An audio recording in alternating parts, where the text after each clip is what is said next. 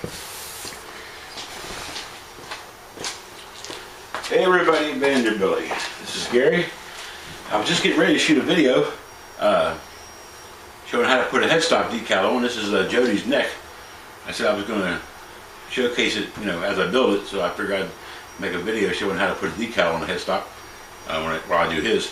Chris just asked a question, so I figured while I had my camera stuff out, I would answer his question. Chris, you want to think about blocking your trim.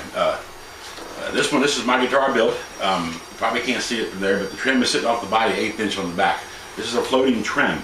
In other words, I can go up, I can dive bomb with it or come back with it.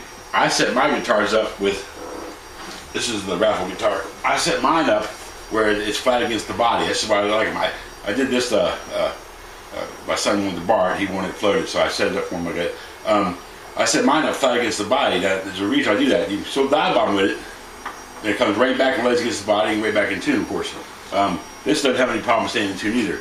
But what you have when you have a floating trim, if you play this note a lot, where you bend the third string and then hit the second, all right, when you on a floating trim, the second string is always going to be out of tune, because when you bend the string, the trim floats and moves, therefore releasing pressure on the other strings, and the second string will be out of tune, so that note won't sound right.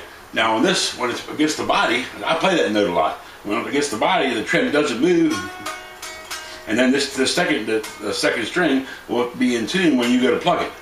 So that's the difference between the two. That's the reason I always set mine up against the body, so I can play that note and sound right. This one you can't really do it; it's just not going to sound right. But this is pretty much factory there, where the Fender sets them up with their 1/8 inch off the back, so that way you can go down up with it. But it's all personal preference. But if you wanted to flatten yours against the body where it's not floating like you were talking about, all you got to do is detune the strings and crank these 2 screws in, or add another spring to it. You want to get these in and have the pressure. Let's see if I can explain this. You want the pressure to be enough to keep this flat against the body while it's in tune and when you bend a note. But you don't want it so tight that you can't dive bomb with it. Okay? Most of the time, if you have 3 springs, if you run them in about like that, they're almost down to the bottom of the threads. This thing it comes right back, and it's not hard at all to press it down. In fact, it's a little hard. I won't back it out of hair, but it's, it'll come back and lay flat against the body and stay in tune. That's all there is to it. There's nothing else. It's not difficult. If you have a 2-point trim, that's a little different. Most of the time you can't get the 2 screws, the outer screws. This is a 6 screw. You can't get them down far enough for the whole thing to lay flat against the body, so it'll sit like this. That's fine. That's fine, as long as you have enough room with saddles to raise it back up to get the action up where you want it. So you can just same thing, just tighten up in the back. Hope that answered your question.